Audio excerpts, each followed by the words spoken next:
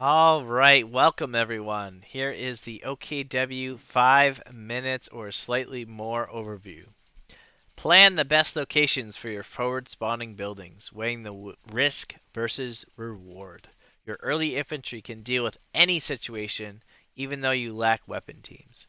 Your expensive tier 3 units all have a huge impact when they hit the board, so just adapt to your unit and commander choices to apply early pressure to buy you time to make a big play to seal the victory.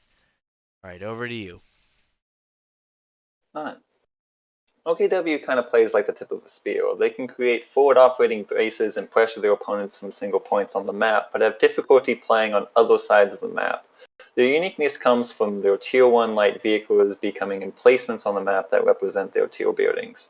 Knowing where to place them takes a lot of experience of knowing the opponent's faction as well as the map's design. A safe location is usually one of the capture points directly outside of your spawn, which is suggested for new players on most maps. Picking starting units requires knowledge of the strengths of both Storm Pioneers and the Volks Grenadiers. A recommendation is moving Volks more towards the center of the map and Storm Pioneers more taking the defensive edges. Volks can take more concentrated fire and have the range to assist all sides of the map if necessary, while Storm Pioneers can build barbed wire and flak guns to help secure and defend the edges of the map that you are more leaving open, but still trying to defend and hoard. Storm Pioneers can build barbed wire and flak guns, but they can also win most 1v1 assault battles due to their 2 anti-infantry damage within 1 range.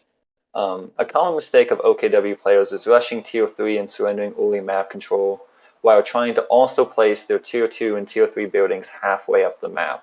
Without enough units to support their tier buildings, the opponents can and will destroy them. They only have 3 health, and they are very susceptible to anti-tank and high explosive damage. Try to get at least 1 tier 2 vehicle, and don't underestimate the Rakettenwerfer, as anti-armor is expensive for OKW. It's very difficult to acquire it, but the Rakettenwerfer is cheap, and it can get up to a decent amount of anti-tank damage.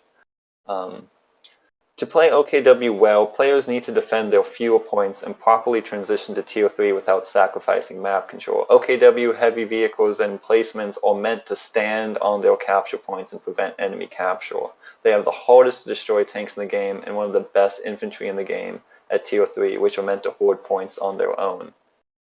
So, main thing you should do at the very beginning of the game as OKW is look at the map and identify where is your strong side and where is your weak side. Because if you try and focus your weak side of the map with your tier 2 building, you will lose your tier 2 building. If you try and hoard 3 points and try and safely play with your tier 2, you're going to have a good game and probably a successful game. Now, the Stuka half track is a great unit, but if you purchase 2, you will not get to tier 3. If you purchase a Stuka and a light vehicle and a Luke's light tank, you may get to tier 3, but it's going to take you some time. And if you get it, you may not be able to purchase a Panther or a Storm Tiger at the 5 fuel and 6 fuel range. But fuel is one of your most important parts when it comes to playing Axis factions. So Volks Grenadiers have similar upgrades to the Conscript in that they can get health upgrades as you need them.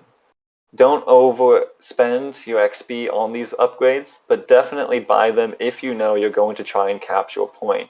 So the Volks Grenadiers are going to be your main source early game of capturing points that are not easy, that are going to be within enemy file. They're not going to be easy to capture, but you don't have the ability to build sandbags is the main weakness of the Volks. But you have 3 range, you have versatile damage, and you have health upgrades, so try and use them to your advantage. Playing So, against OKW, one of the issues that OKW has is that they don't have cheap anti-tank, and another issue that OKW players can make is building too many flak guns. Flak guns can also end up giving away free victory points to your opponent. But when playing against OKW, try and also play to your strong side of the map, and definitely punish them if they are going to try and be overly aggressive with their tier buildings. If they're playing safe, if they're playing strong, what you need to do is try and take the side of the map that they are just not that focused on. They maybe have a Storm Pioneer over there. They may have some guys in the center, but you can try and punish them early before they get to tier 3. Now, the Stuka is going to be probably one of your biggest headaches, but it's going to be very expensive for them to upgrade, so they're going to have to get it in range. And once they purchase it, it's not a capturing unit. So as long as you're pressuring different sides of the map and you're spreading out and not getting splashed on, you shouldn't have to worry too much about the Stuka. And your first heavy vehicle should be able to take out the Stuka if needed, or the tier 2 vehicle if they have not built enough defense around it. All right. That's as light as we can get with OKW, folks. Them and the British are the hardest to learn, and you kind of have to learn